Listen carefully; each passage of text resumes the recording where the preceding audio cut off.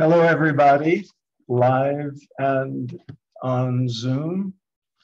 I'm honored to be with you, and especially to talk about and honor and commemorate the 75th anniversary of the Autobiography of a Yogi.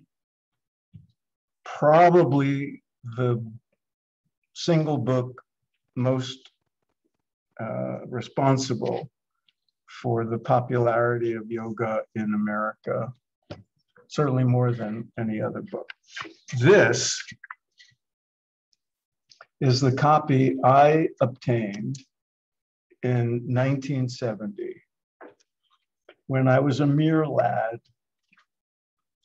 a young seeker, already on my spiritual path, already meditating and doing yoga, and I came upon Autobiography of a Yogi. And that book is still with me 51 years later. And I have to tell you, between the time I got this book and the time I moved to LA in the early 80s, I must have moved 10 or 15 times. Somehow, this thick hardcover is still with me. I never became a student or a disciple of Yogananda's, but he is one of the primary influences over the years on my understanding of the yoga philosophy and my own personal path. And I say I obtained the book because, according to here, it cost $5 at the time, and I would not have had $5 to spend on a hardcover book in 1970. So, since it was probably the most borrowed book in the counterculture that I was part of, living in Cambridge, Massachusetts, I probably borrowed it and never returned it. And so I like to say that by writing about Yogananda, as I have so much, I wrote a full biography of Yogananda and speak about him. I am working off the karma of ripping off somebody's book. But I'm not alone, because now on its 75th anniversary, it has sold more than 4 million copies, estimated, no one knows for sure. It's in 50 or more languages and still going strong, still influencing people. And I'll bet at least twice or 3 times as many people have read it than have bought it, because it's one of those books that people give out as gifts, people borrow, and in my day, stole. So then the question arises, I might as well show the copy of my book, Biography of Yogananda, the life of Yogananda, the story of the first guru, the story of the yogi who became the first modern guru. And I asked myself, as I was researching that and was preparing talks for this 75th anniversary, what is it about this book that has made it so influential and so beloved all around the world? And I think, well, it's a really interesting life story, and especially in the early days of its publication in 1946 and through the 60s and 70s, people didn't know much about Indians and yogis and swamis and renunciates. Certainly not nearly as much as we know now. And so it was an enchanting life story that people were attracted to. However, that's not the whole story, because it's surprising to most people who pick up the book to realize how much of Yogananda's actual life story is not in his autobiography, and how much of that book is about other people and philosophy and so forth. So it's more than, in fact, it's because he left so much out that I wrote the biography that was published 3 years ago, because I wanted to fill in the gaps. I had become fascinated with Yogananda's life and his contribution when I was writing a previous book, American Veda, about the history of how yogic teachings and Vedanta philosophy came to America.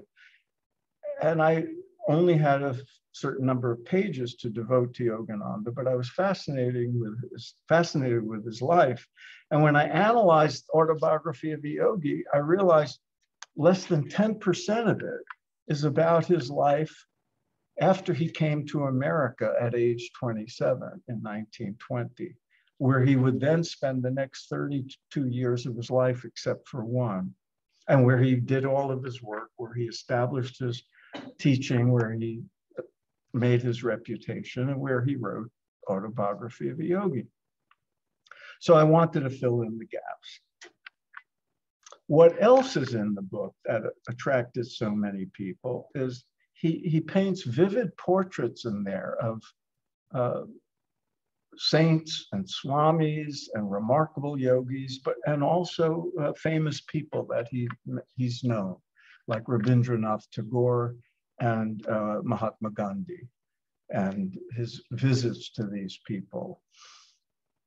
It also gave us a kind of intimate look at life in India in the early part of the 20th century when he was growing up, because it describes his family and the places they lived and what life was like. And it kind of demystifies the core precepts of what the world calls Hinduism, what you might want to call Indian philosophy or Vedanta and yoga, and places it in the context that people who are secular, people who have a scientific orientation, people who have a spiritual orientation could all relate to. And that's one of the reasons it was so influential in the unfolding of India's spiritual legacy here in America. And it blew people's minds. It opened our awareness to realities we were not familiar with. It transformed how we saw the world in many ways. And then there's all the miracles. And everybody who reads Autobiography of a Yogi comes away talking about all the miraculous occurrences. When I was working on my biography of him, I had a graduate student quantify it, and she found there were 132 miraculous occurrences listed in this book, covering about 44% of the book. Some of the chapter titles are giveaways. The levitating saint. Rama is raised from the dead. My guru appears simultaneously in Calcutta and Serampore. The resurrection of Sri Yukteswar. And a chapter called The Law of Miracles, where he attempts to explain these wonders and miracles in very rational and scientific terms, according to the science that was then known in the 1940s. And I asked myself, why did he devote so much space to these supernormal powers, extraordinary feats of consciousness, miraculous occurrences? And I was pondering this when I realized he told us, because if you look on the title page of the book, right here, it says, "Except ye see signs and wonders, ye will not believe," from the New Testament. He did it to attract attention because he knew people were skeptical. And if you hear these miraculous stories, whether you believe them or not, he's got your attention. And I later found out that he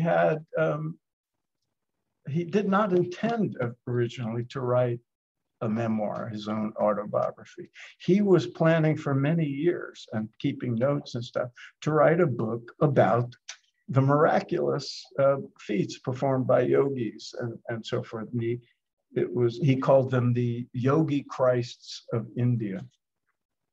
Eventually, they sort of combined those two themes, his own life story with the wonders and miracles. And I've always found that when I talk about the autobiography with people, there are two kinds of fans. There are those for whom all the miracles are the main attraction. They're really into it. They love the book because of it. And there are those who have no interest in that or dismiss all that stuff as fiction or, made up stories of some kind or another, but love the book anyway because of all the rest of it. So I'll leave it for you to make those choices yourself and to read the actual book. I always find that most people I run into, and I've interviewed hundreds and hundreds of people for my books, they all know of Autobiography of a Yogi, and they've either read it and were influenced by it, or they've been intending to read it for many years. When I was researching American Veda and I asked people how they first got interested in the teachings that came to us from India, if people mentioned a book, more often than not, this was the book they mentioned. And I'm betting that most of you out there are in one of those categories. You've either read it or you've been meaning to. So I'll leave it for you to read it and read it again. If you haven't read it, I had to read it again because of my research, and it was a treasure even all these years later. And by the way, if you like audiobooks, Ben Kingsley narrates the audiobook of Autobiography of a Yogi. So you get to hear a real professional voice going through it. Let me tell you some things about the book and about Yogananda and his life that you won't find in Autobiography of a Yogi, or probably any source other than my biography. Yogananda came here in 1920. It had always been foretold since his youth, since his childhood, that he would one day go to the West and bring the wisdom of yoga, and in particular, the Kriya Yoga lineage that he's from, to seekers in the West. And when he was a Swami for a few years, he had established a school in India and was working there. When he felt the inner call to come to America, that the time was now, he was 27. And the series of events that gave him a sort of destination and contacts in America, and that enabled him to get a first-class passage on the very first passenger ship that came from India to America since before World War I. All the travel had been suspended for the war. Those were miracles in their own right. And it was great fun to research it and write about it in the book. But he felt the call to come to America and went to Calcutta, where his family lived and where he spent his formative years, and said, I want to go to America. And as it turned out, there was something called the Congress of Religious Liberals, sponsored by the Unitarians in Boston, that was scheduled for that September. Sort of a big interfaith conference. And the representative from India decided not to go. And Yogananda happened to meet him. And the guy said, well, why don't you go instead of me? But the ship was booked, but then it wasn't booked. And somehow he got the money from his father, and he ended up coming to America. And there's pictures of him when the boat arrives in Boston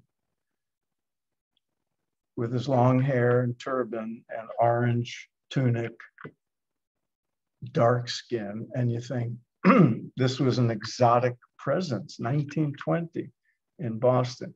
He shaved his beard. He had a Swami's beard, and he shaved it on the ship because people convinced him he didn't want to stand out that much on the streets of Boston. So he shaved, but he kept his hair long.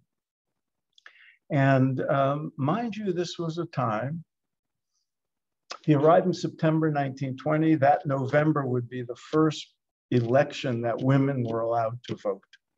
That's how long ago this was, and how socially unevolved America was at the time. Irish people, Italians, and Jews were being discriminated against and harassed on the streets of Boston. And here was a dark-skinned guy with long hair representing a religious tradition that people would have considered foreign and primitive.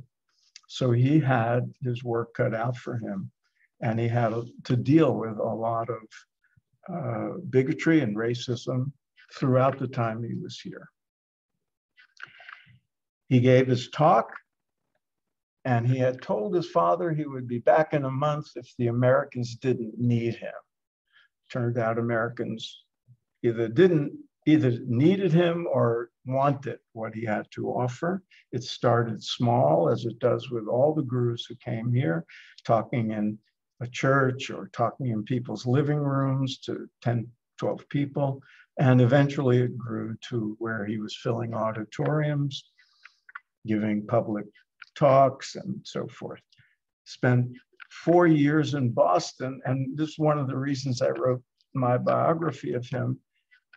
In the Autobiography of Yogi, he dismisses those 4 years in Boston in like a sentence. 4 years passed in Boston. So I felt there was a lot to fill in. And he ends up here where I am right now in Los Angeles in 1925.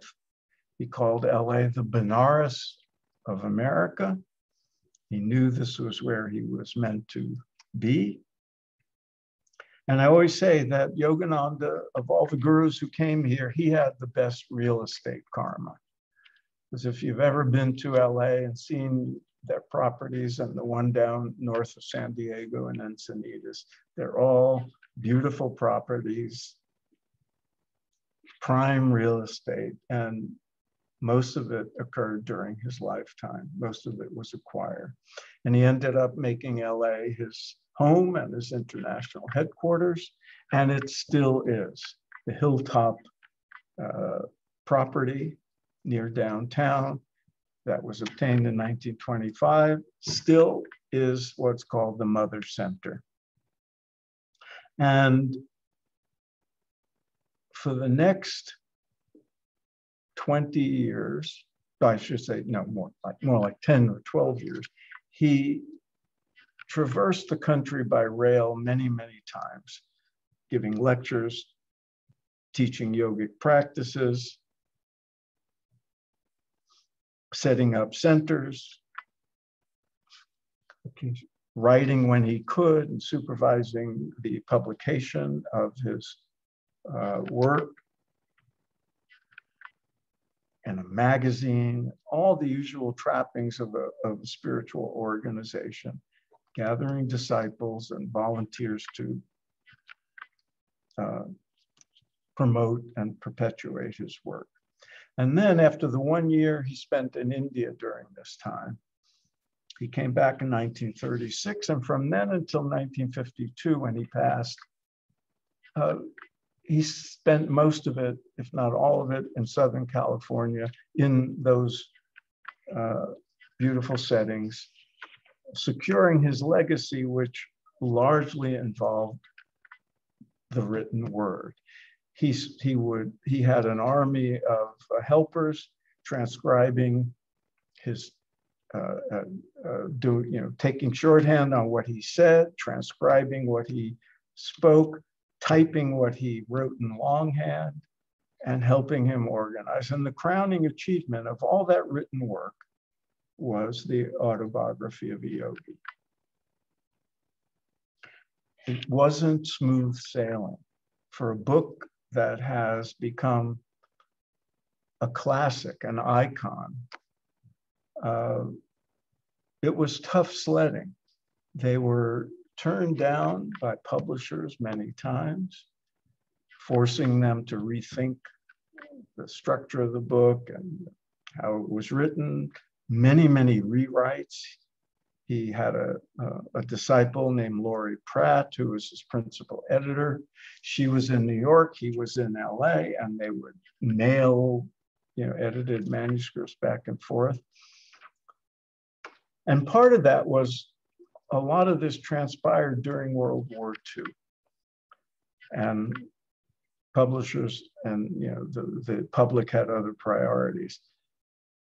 When the war ended, finally a publisher stepped up and purchased the rights. It was called the Philosophical Library. It was a new company that would then go on to publish books by 22 different Nobel Prize winners. The contract, which I obtained, was dated August 12th, 1946. By book contract standards, it was a very slim few pages. It called for 7,000 hardcovers to be printed at $3.50 each. I'm giving you trivia, but it's fun. And the cover was blue, unlike the familiar orange or coral or saffron cover that people are familiar with. And there was no advance. And it came out on December 1st, 1946. A few years later, the organization, after his passing, the organization he established, the Self-Realization Fellowship, obtained the rights, and they've been revising it and keeping it in print and selling it for all these years. The reviews at the time were much more favorable and much more accurate and knowledgeable than I would have predicted before I researched this. I'm going to read you what Newsweek said about it in 1946. Writing for a Western world that seldom understands and often scoffs at the yogi search for union with the cosmic spirit, Yogananda, an authentic Hindu yogi, has tried to explain by telling the story of his life. Autobiography of a Yogi is more than an apology for yoga and its techniques of meditation. It is a fascinating and clearly annotated study of a religious way of life, ingenuously described in the lush style of the Orient. If you've read the book, you know what they mean by the lush style. It's almost an old-fashioned Victorian kind of English, which most people find charming. And at first, it wasn't exactly a runaway bestseller or anything, but it sold at a steady clip, and it dramatically raised the awareness of Yogananda and his work around the world. I have some data in my biography showing, how his organization and number of chapters and everything, centers grew after publication. And he had predicted that. He knew it would have that effect. He said, "It will be my messenger when I am gone," and it certainly became that. And in those first few years, when he saw how it was selling and the results of its influence, he said it had accomplished, quote, what I meagerly did while traveling and lecturing to thousands. He revised the book a year before he died, added a new final chapter, taking it forward in time, and a tribute to his beloved homeland, because India had achieved its independence a year after the book came out. And it was something, an achievement that thrilled him. And so he paid homage to his homeland that way. And it continued to do well. And over the years, it sells several thousand books a year consistently here in America and more elsewhere. And then every once in a while, there's a boost, like when George Harrison revealed that he would keep stacks of the book on hand to give away to people, and said that the book had changed his life. We all know about the Beatles going to India and the big impact that had. I've written about it, others have as well. In fact, there's a movie coming out about the Beatles in India. So there's still interest in that all these years later. And it all happened in part because George read Autobiography of a Yogi and works by other gurus. And then just a few years ago, when Steve Jobs died, it was revealed that he had decreed that at his memorial service, everybody would get a copy of the autobiography. So when these things happen and they make the news, the book becomes yet again desired by new people. And now, of course, it's everywhere. In every yoga studio and health food store in the country. And of course, even I met people when I was researching American Veda who found it in the school library in some small towns in the Midwest and changed their lives. I want to add a few things since we're talking about his autobiography. And as I said, so much of his life is not in that book. And it gave me I felt very privileged bringing out new things about his life story when I wrote the biography. But I want to share a few things about him. And one of the reasons he was so beloved and remained so all these nearly 70 years after he died was that in the autobiography and in other writing, public appearances in his time, he was remarkably open about his personal life. Now, mind you, he was a renunciate.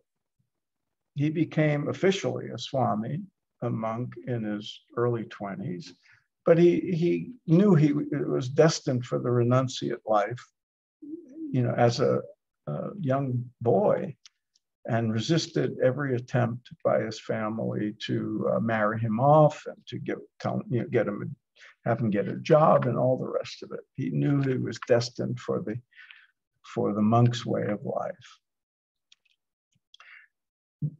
People like that don't often talk about their past and their childhoods and their families, but he did. And that made he spoke, for example, he writes about it in the book and spoke elsewhere about the impact that his mother's death when he was about 11 had on him.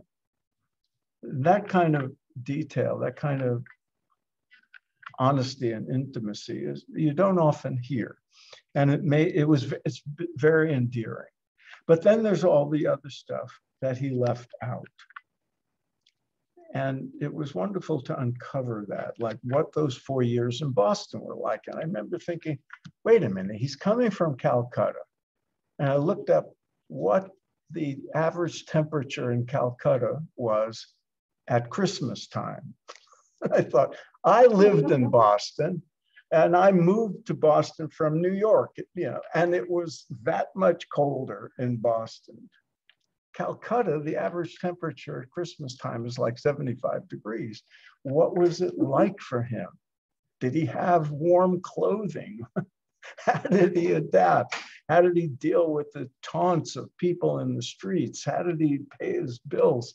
All this stuff was fascinating to me and made his life that much more interesting. And I want to just point out a couple of ways where I think his life contains important lessons for all of us, especially those of us who take our spiritual lives seriously. And especially now in the crazy times we live in. I published a book a year or two ago called Spiritual Practice for Crazy Times. And when I was writing it, I had already written the biography of Yogananda, and I was inspired by what I learned because he was a great example of somebody who was in the world dealing with the craziness of life as we know it, and yet did it with grace and always putting his inner well-being, his spiritual quest, the quest for yogic unity and all that yogis aspire to first, but without ever renouncing worldly responsibility, without ever compromising on the integrity of his work and the importance of his mission. He worked very hard to fulfill that mission. And there were times when the frustration and the having to pay bills and having to run an organization, mind you, we think we live in crazy times, and we do. He was a stranger in a strange land, setting up an organization to promote teachings that people would have, many people were hostile toward, many people were out to sabotage him and betray him. He faced bigotry and racism of a virulent kind. Back in those days, the Ku Klux Klan had the height of its fame and following in the mid-20s. And he lived through the Roaring '20s and the Great Depression and World War II and the dawn of the atomic age and post-war years. All these changes, all this chaos. And there were times, especially during the Depression, where the people around him, he and the disciples who were working with him and for him, didn't know where the food was going to come from, didn't know if the bills would be paid. And he had to deal with all this, which is not what you expect to do when you become a renunciate, when you become a Swami. And he was very open in saying, I don't want to do this anymore. I just want to do what I set out to do. I want to go back to India and live by the Ganges and be with the other sadhus, the other monks, live in an ashram or a cave and be with God, as he would say, or live the holy life that he set out to live. But he never did that. He had responsibilities, he had a mission to fulfill, and he did. And I emphasize that because so many of us, yogis, people who are on a spiritual path, the world seems too oppressive and crazy and difficult, and we want to just chuck it, leave. And he's a reminder that we have to do what is in front of us. And his dharma, his calling in the world was to work hard at establishing a foothold in the West for the particular teachings he brought from India. And he never compromised on that. And those of us who are involved with yoga, as no doubt everybody watching this is, and everybody participating in LMU's annual Yoga Day is, we, to one degree or another, would like to see these teachings, this great body of wisdom, of knowledge and practices, this practical science of yoga, we would like to see it establish more and more of an influence in America and in the West. And in that regard, Yogananda is an interesting role model, because one of his salient characteristics was an ability to adapt this body of knowledge and wisdom to the audience before him at any given time. It was fascinating to see how the titles of his public talks and his lectures and courses changed once he started to realize who Americans were. And he saw, oh, Americans are very practical people. They're trying to improve themselves, but they're very worldly people. For one thing, you don't want to do anything that would offend their own sense of their own religion and their own traditions. He was very skilled at addressing a Christian America by honoring Jesus and celebrating Christmas and Easter and elevating Jesus to great stature, even within his own lineage. But there were other forms of adaptation, like he realized at one point the traditional way of a guru teaching a disciple one-on-one, he would never reach enough people that way. And there was a huge demand over time for what he had to offer.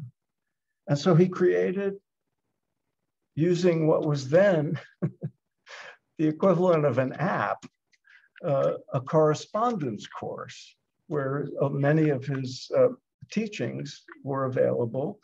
And so people would cut out a coupon and mail it in and send in a check, and they would get a lesson every week or two in what came to be called the lessons.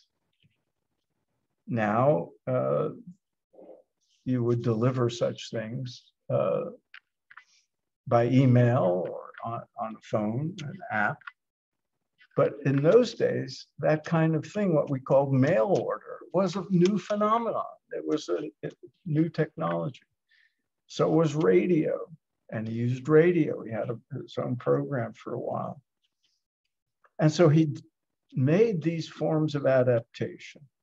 He also empowered women to a greater extent than would have been the case in India, and then was the case in churches and synagogues, even in America at that time.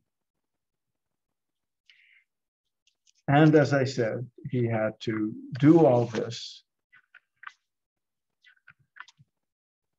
while making sure people around him were on board with the work that had to be done, by running an organization. He used to call organizations hornets' nests. He hated it, but he knew they were necessary. And he knew he had to deal with it. And so he did. He had the responsibilities of a CEO without the training and without the, sort of profit motive. But he had a mission that drove him. So the Sanskrit word upaya for skillful means, he had that. He had that ability to skillfully adapt these teachings. And here's the important thing. He did it and was criticized for a lot of the innovations he made and the changes he made and how things are traditionally done in India. But he did it without diluting or distorting the teachings themselves, the integrity of the teachings. That was always foremost. And there were ways to adapt without corrupting.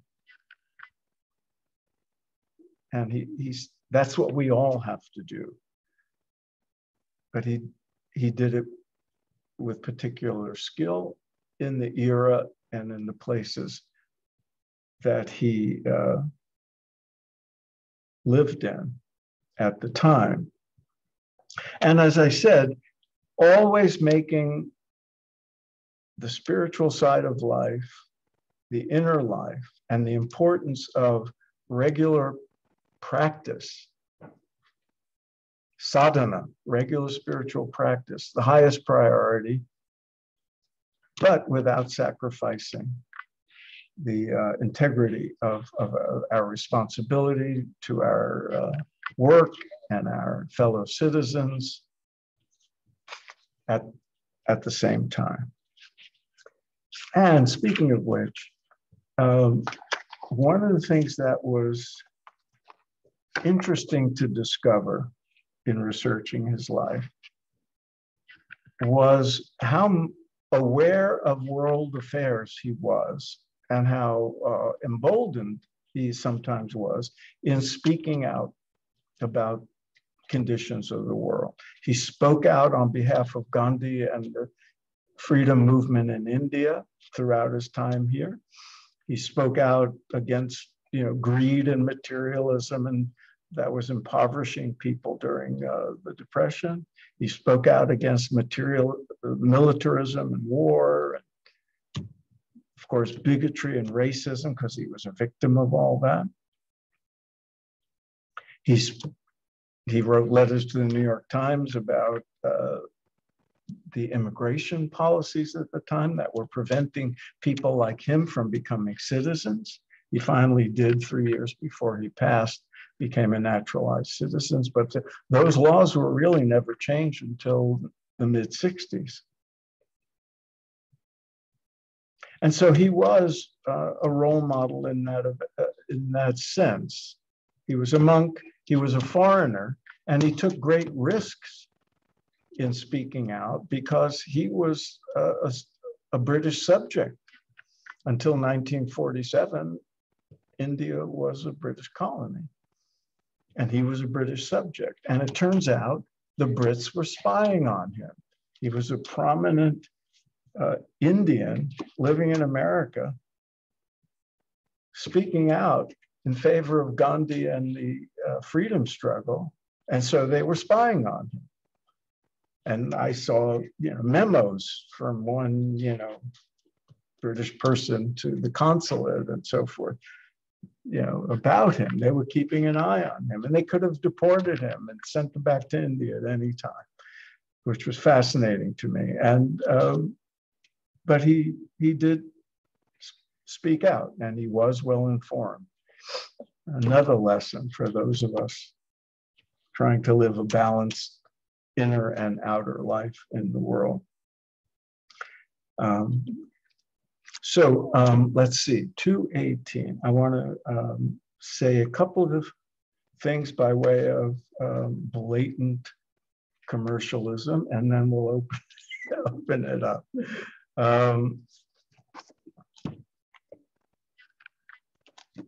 My biography of Yogananda, I have copies here for those who are here live, but you can get it online. My website is philipgoldberg.com if you want to be on my mailing list.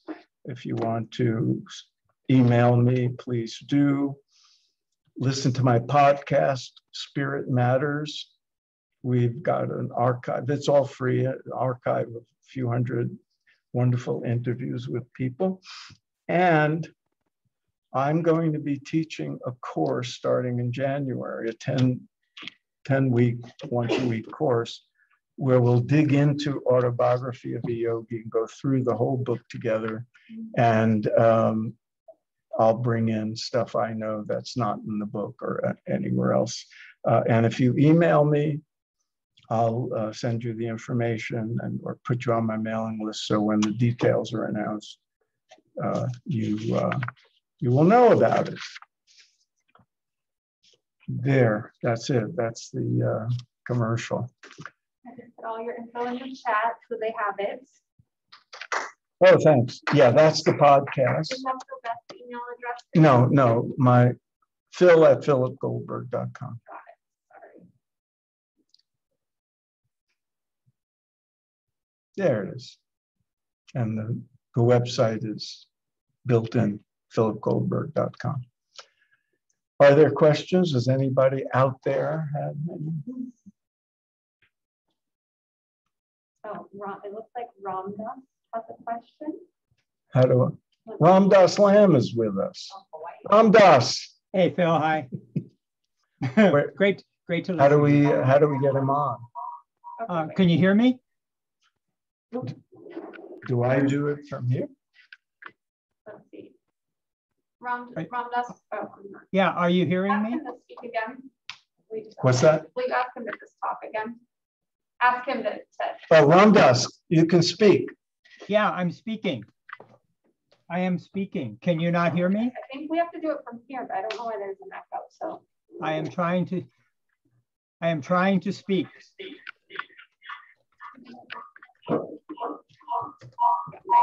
Yeah, I'm speaking. I don't know what's happening. Hello. We can hear you. Okay, great. Hi, Phil. Nice to see you again. I just wanted, can you hear me, Phil? Phil, now I can't hear you. Oh. Okay. Okay, can you hear me? Yes. Great. Okay, hello. Hi. Thanks for the talk. It was good. Yeah, it was awesome.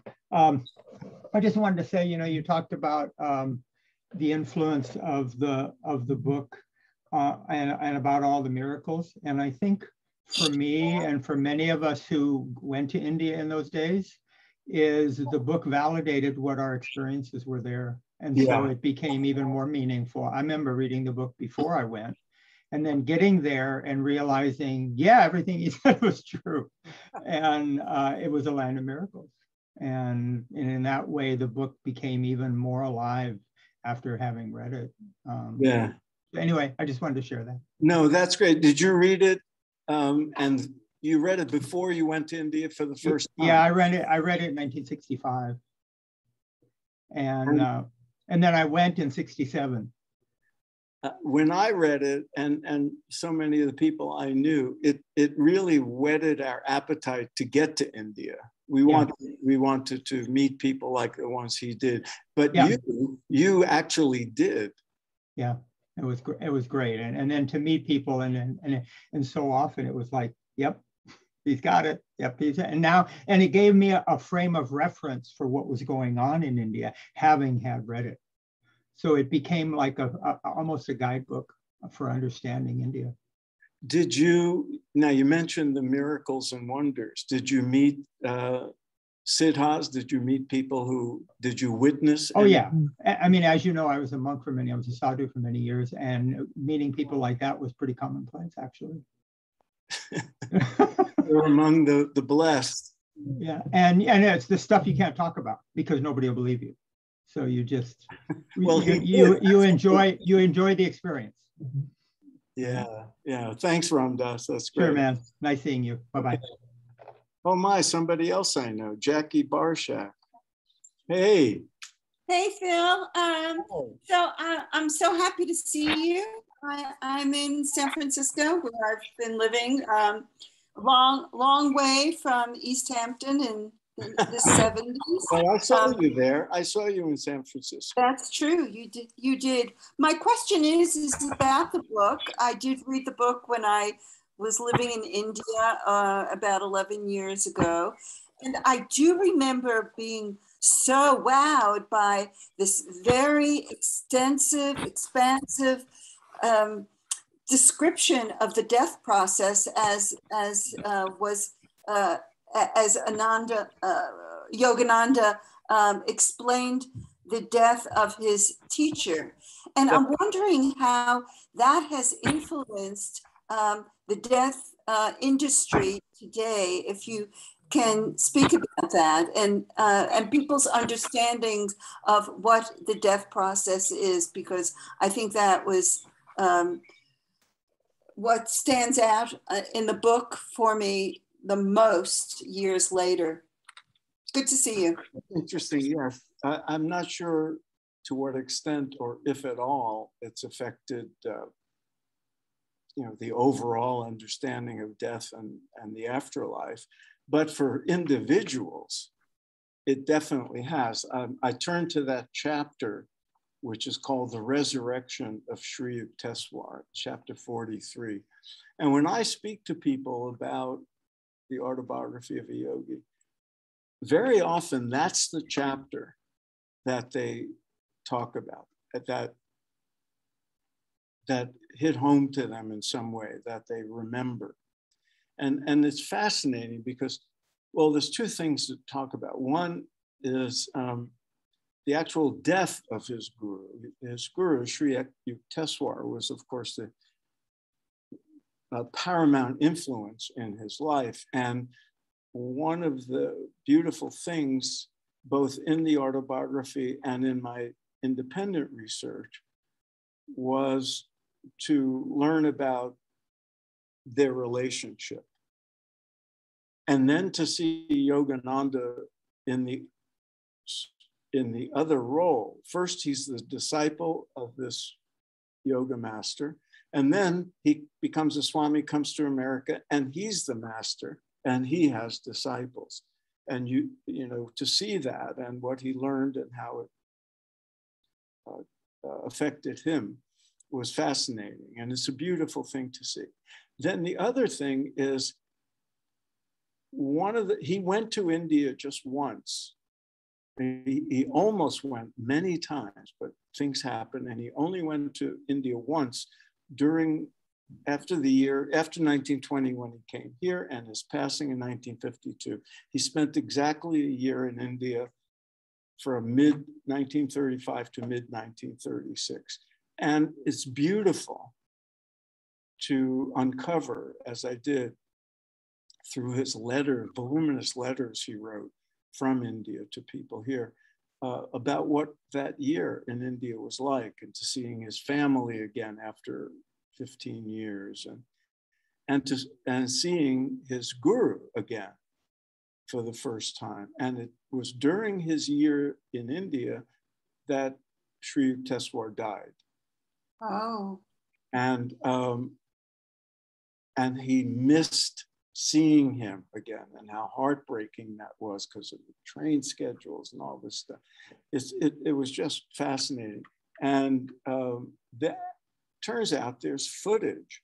You can probably see it. I've saw it in the film. Yes. Of him trying to get the guru to sit up. Yes. In the time-honored tradition of India, the guru who passed is paraded and exhibited sitting up for people to pay their respects. And there's footage of this, and a lot of it is in the movie Awake, which is, I highly recommend it, story of Yogananda as a documentary. And that footage and his descriptions of it are deeply, deeply moving. Then the guru passes, of course, but then before he leaves India, he says, in a hotel room in, I think, Mumbai, he writes a whole chapter of Sri Yukteswar coming to him. And, you know, in some form, not exactly human form as we would know it, but in material form, and telling him all about the different aspects of the afterlife as he's been experiencing it. And, you know, it's a very Hindu portrayal of the different spheres of existence, different realms, and what it's like. And it's the most vivid description of that, you know, most people have ever read. And it to the extent people believe it to be true, or to the extent they're skeptical about whether it actually happened or Yogananda imagined it, none of us can answer that question, but it has a big impact on people. And this course I'll be teaching, I can predict right now a lot of attention and time will be devoted to chapter 43 when we get to it. So yeah, it has changed the lives of many people and how they look at death. But the extent to which that's true, my sample is very limited. Yeah. So I can't answer the bigger question. Anything else? Anybody else out there? Oh, let's see.